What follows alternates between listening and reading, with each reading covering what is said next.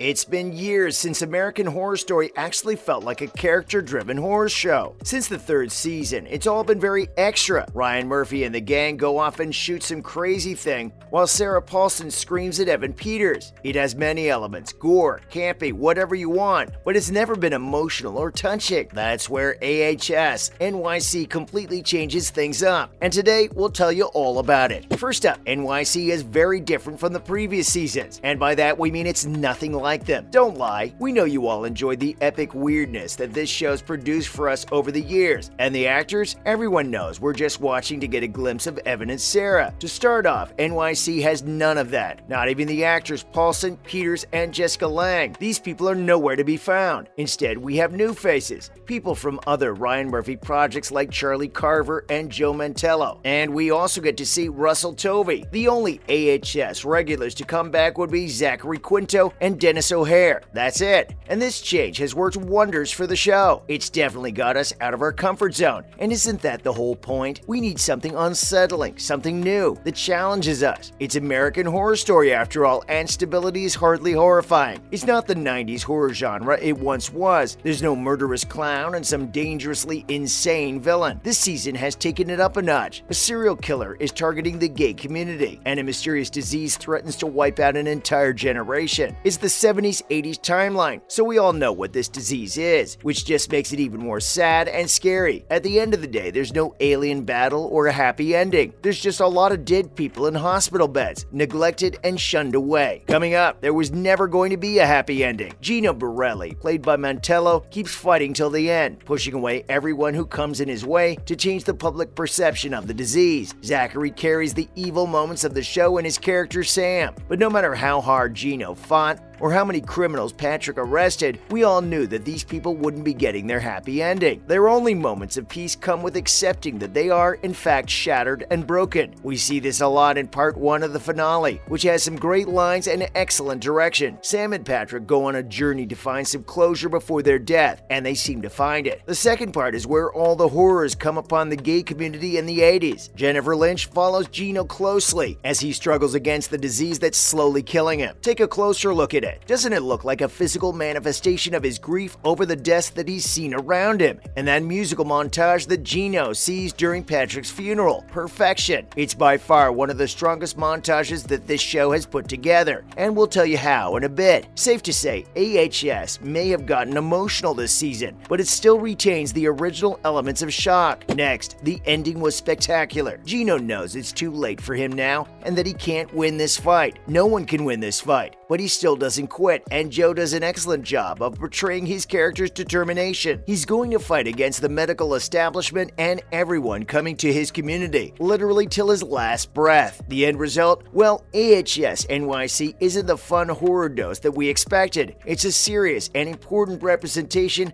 of how this community has been treated by the very institutions that were supposed to save it. By the end of it all, we almost forgot that this is a John Murphy production. Such little horror extravaganza, no controversy theories, actual seriousness. How's that even possible? Moving on, a fresh new story in the 11th season is dangerous territory. So we told you just how different this season was, but we need to remember that this was the 11th season. Introducing such a huge narrative and production changes so far along the show that has an established fan base can be very dangerous. Not seeing familiar faces is crushing enough. Imagine your favorite show of all time announces that it'll be changing most of the actors you've seen and loved for years. We'd be crushed and very angry, but that's not the only issue. The newer characters were hardly thought of as likable, and honestly, you just can't watch unlikable characters. Take it from us, there were so many shows we had to quit because of the annoying main characters. No matter how good the story is, if you don't vibe with the main characters,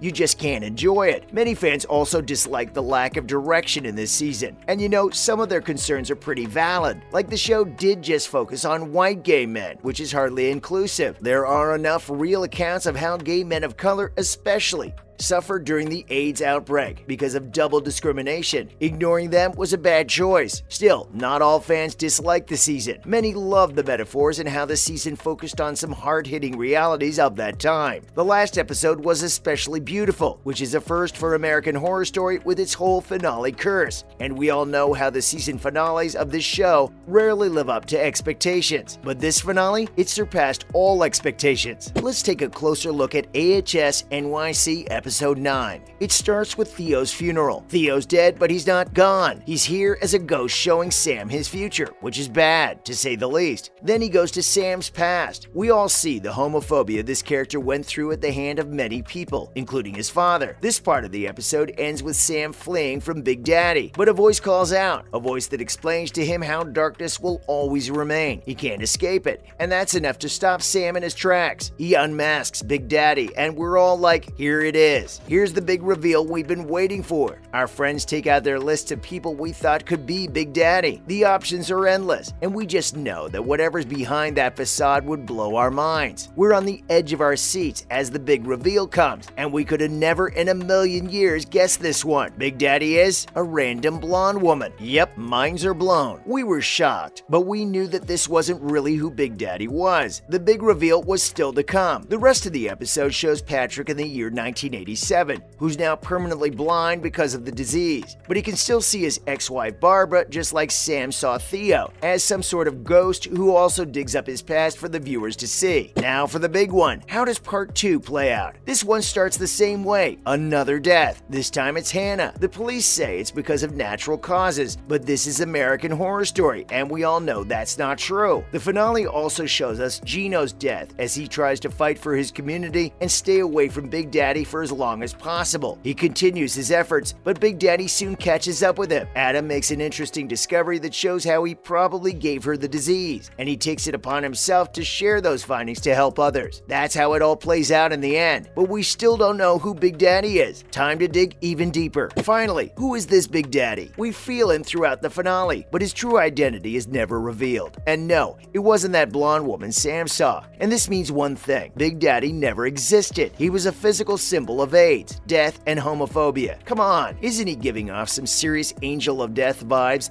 as he chases Sam down the beach? And that wasn't the only death he was at. He was in Hannah's apartment. He was near Patrick's deathbed. Hey, he's even present at Patrick's memorial service. This entire scene is very symbolic, where Gino sees many nameless men just fall into a big grave dug by Big Daddy. It pointedly shows that this character is the physical manifestation of guilt and AIDS itself. He's also a source of horror for the viewers. Like that musical montage, that was very scary, and he's made to be this way, as an accurate representation of the panic and mania associated with AIDS and queer people during the 80s and 90s. That's why he keeps showing up in Gino's life, taking away all the people he's loved. But Gino continues to fight him till the end, fight AIDS. And Big Daddy may have overpowered him by the end, but the world is about to know the truth. That's a wrap on this video. Did you enjoy AHS NYC's season finale? Let us know in the comments below. Make sure to give this video a thumbs up and subscribe to our channel for more videos like this. See you in the next one.